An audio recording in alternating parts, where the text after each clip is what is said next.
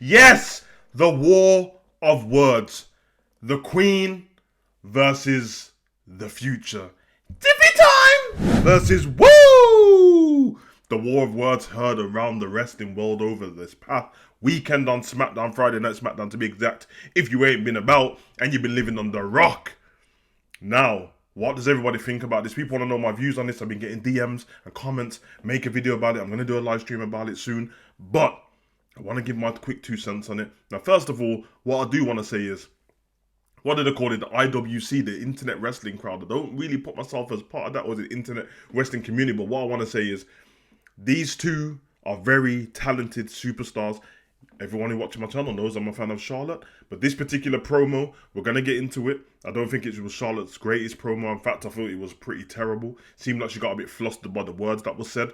We had an exchange of words and it seemed to go a bit personal. And we have the insiders and the community talking about they went off script and they said certain things. I think we can kind of establish that there was an off script moment, because for me watching it live to when I saw it on YouTube, they had cut a few things out. Now, what did they cut out? Well, you know, Tiffany made reference to you might be 3-0 at WrestleMania, but outside of the ring, you're 0-3 or something like that. Of that, you know, referring to the fact that she's had failed marriages up until then. You know what I mean? So she's got a streak of failed marriages. She also mentioned, you know, you wouldn't be anything without Ric Flair.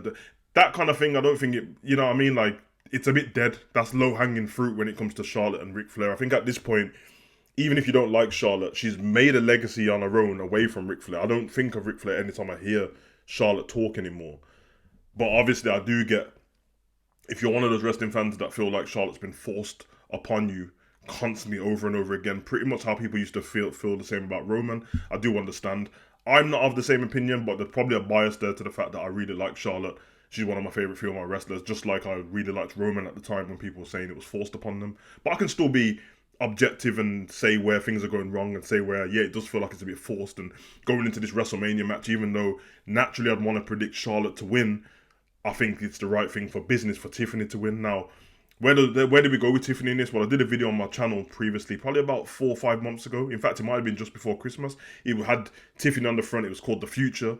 And I said that because I believe that she has all the right attributes to be the future of the company. I'm all about pushing the younger talent, Braun Breaker, Tiffany Stratton, Ludwig Kaiser, which we'll get into as well. So I'm about that life, but she's not there yet. And I always said that the cashing of the Money in the Bank is at the wrong time. I feel like if you can have the Money in the Bank for 12 months, then I feel like you should use that time, especially if you're a talent that's kind of green, to build yourself up, build your character up, get acquainted with the fans, and build yourself up on the mic for when you get that championship, you can carry the belt well. Now, her as champion so far, it's been nothing. Like, there's nothing to rate about her being champion up until now. Will she get that breakout moment at WrestleMania against Charlotte? Hopefully. When we talk about this going off script thing, obviously once Tiffany said what she'd said about Charlotte and her marriage, she tried to escape the ring. Like, she said it, dropped the mic and dipped off, which felt a bit weird. And then Charlotte shouted over the top, that's why Kaiser was in my DMs, which is obviously low-hanging fruit, because for people who are not us wrestling nerds, don't know that Ludwig Kaiser and Tiffany Stratton are a couple. So it was almost like a fire back. Charlotte felt threatened and felt like Tiffany had gone too personal and she's thrown something back at her. Do I believe that Kaiser was in Charlotte's DMs? I don't know. I doubt it. I don't think it's real. But it's just a thing to say back, innit, because she felt hurt. And I think the reason why this promo was pretty bad, I thought they were both very awkward. I don't think Tiffany's the best on the mic yet anyway. She's a bit Tiffy time! And I think Charlotte takes things too personal sometimes. And I don't, normally she don't let it get to her, but I feel like the Philadelphia crowd threw both women off. And there was a point where Charlotte didn't even speak because they were booing like they do to Dom. But she just kind of said, all right, you go. And it felt a bit weird.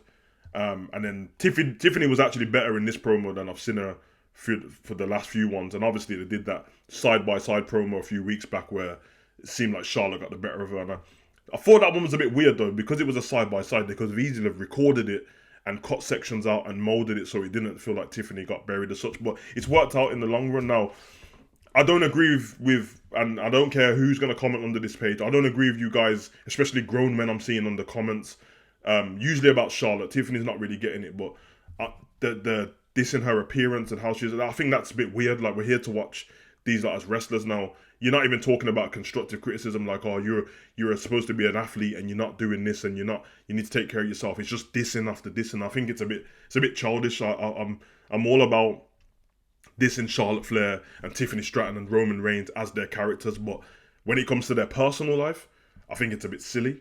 Especially if they don't bring it into wrestling. If they bring it into wrestling, then it's fair game, of course. So I'm not here to tell people what to do, of course, but I do think it's a bit weird, and I feel like if you're a grown man and that, like, give your head a wobble, because it's a bit strange. But where do we go from here is the main thing.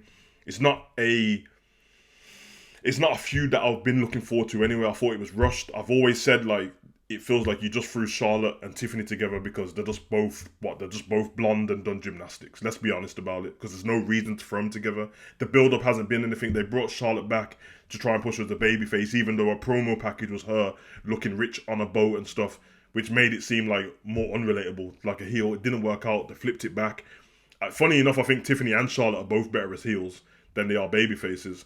But if I'm in creative and I'm sitting down with these ladies, even if this is real, which we will never know until one of them tell us in the future, I would sit down.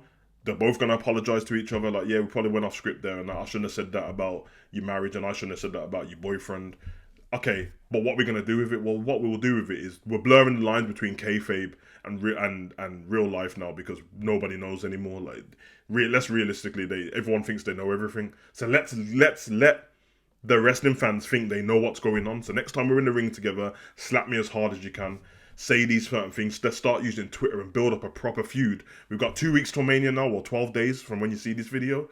And I feel like if they do that, the kind of heat you can get in the ring can be great. Now, it depends if Charlotte's ready to swallow her pride and go, listen, you said this about me, and now I'm not even trying to put you over like that. So yeah, you might win the match, but I'm going to make it hard for you to win. I don't think you should do that. I think you should go in this for the business and, you know what I mean, put on a great epic match between them both where Tiffany ends up winning the match, and then we can move on from there and see what happens. But it'd be very interesting. I'd have them go all out. I'd probably have the match turn into a no disqualification match. I'd get tables involved. I'd go proper hatred. But you guys let me know what you think in the comment section. Tiffany would definitely won the War of Worlds on this particular promo, even though I don't think any of them were great. And yeah, we'll see what's happening going to it. And also, who did the wardrobe for Tiffany and Charlotte? There's no way both of them just decided to turn up to SmackDown dressed the same. They were dressed the same. And Charlotte had this weird neck thing on, what made it seem like someone who had a neck brace on and spruced it up, even though I think it's part of the outfit. But you guys let me know what you think in the comment section. Let me know what you can say. Just comment, like, subscribe, and share. Run.